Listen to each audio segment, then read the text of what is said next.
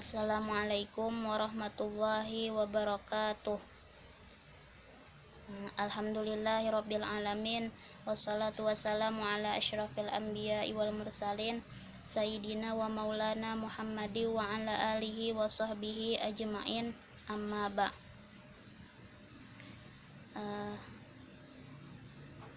Kami dari kelompok 4 ingin mempresentasikan makalah kami. Sebelumnya saya ingin memperkenalkan diri.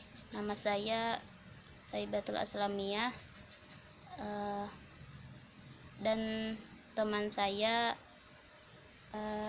Asriyati dan Jauhar Latifah.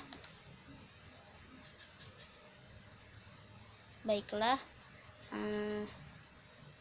pada mata kuliah Turuq Ta'lim Al-Arabiyah,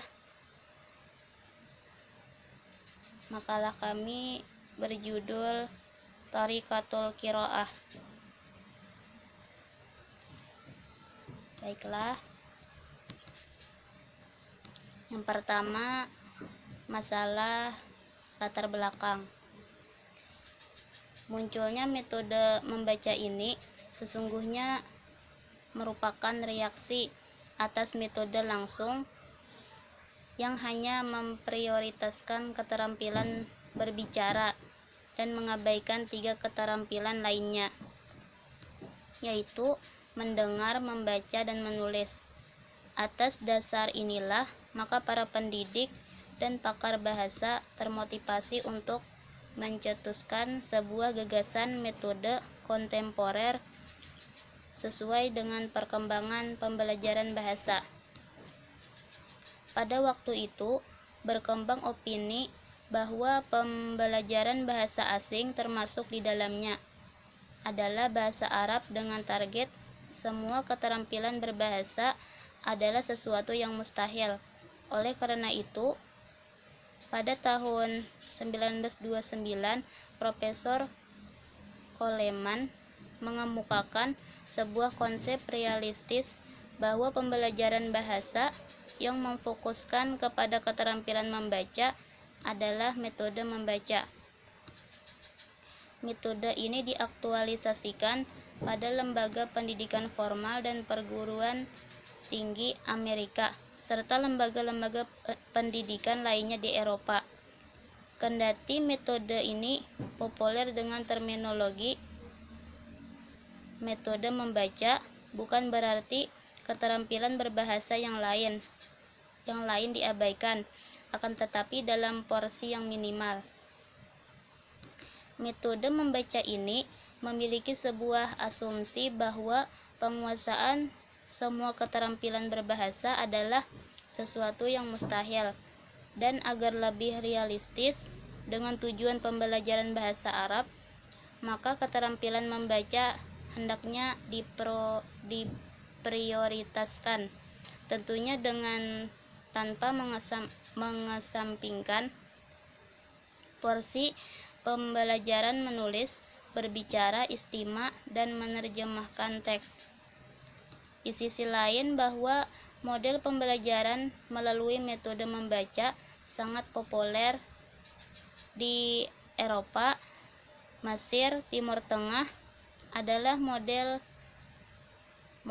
yang dijadikan dalam sebuah sinopsis kajian ilmiah pembelajaran bahasa Inggris dalam format buku bacaan permanen yang mengacu kepada prinsip-prinsip ilmiah.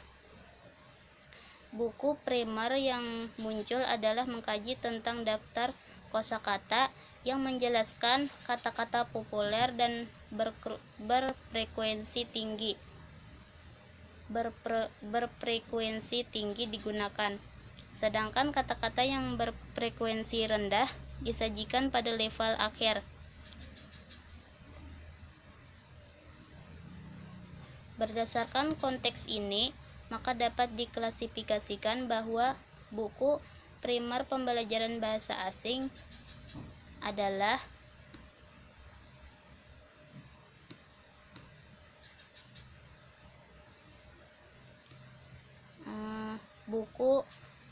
buku reading. Kemudian suplemennya terdiri dari yang pertama, buku lembaran kerja peserta didik yang berisi daftar pertanyaan mengenai isi bacaan, daftar kosakata serta artinya, buku latihan menulis, buku latihan conversation, dan lain-lain.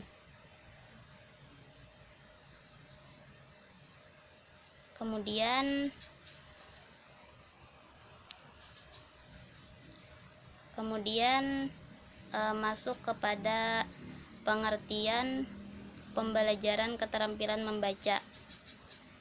Bidang pembelajaran qiraah bagi peserta didik non-Arab sesungguhnya merupakan mutalaah, yaitu membaca dalam arti memahami beberapa aspek bahasa.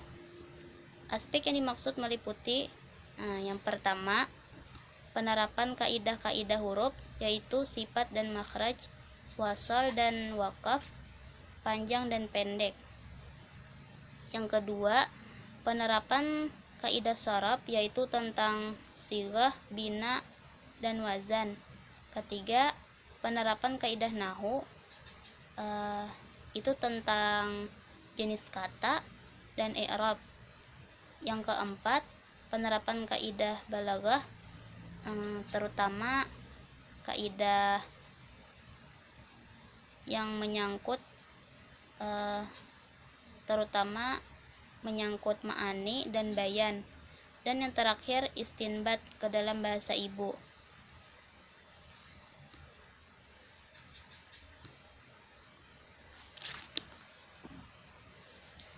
Kemudian, qiraah adalah sebuah proses yang diharapkan relevan dengan materi kalam dan kitabah. Materi qiraah terdiri dari 3 unsur penting. Yang pertama, kandungan isi yang terkandung. Yang kedua, kata yang disampaikan.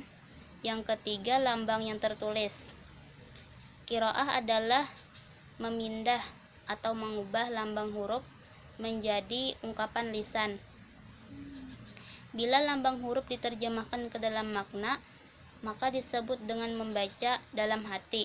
Dan apabila diterjemahkan ke dalam ungkapan, disebut dengan membaca kuat.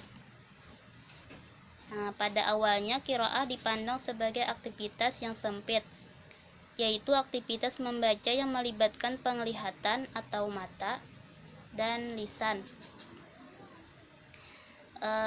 Berkembangnya qiraah tidak hanya dipandang dengan pandangan yang seperti itu, tetapi lebih dari itu merupakan aktivitas pikiran atau akal, sehingga dapat menghasilkan makna yang tepat sesuai dengan dalil-dalil yang ada.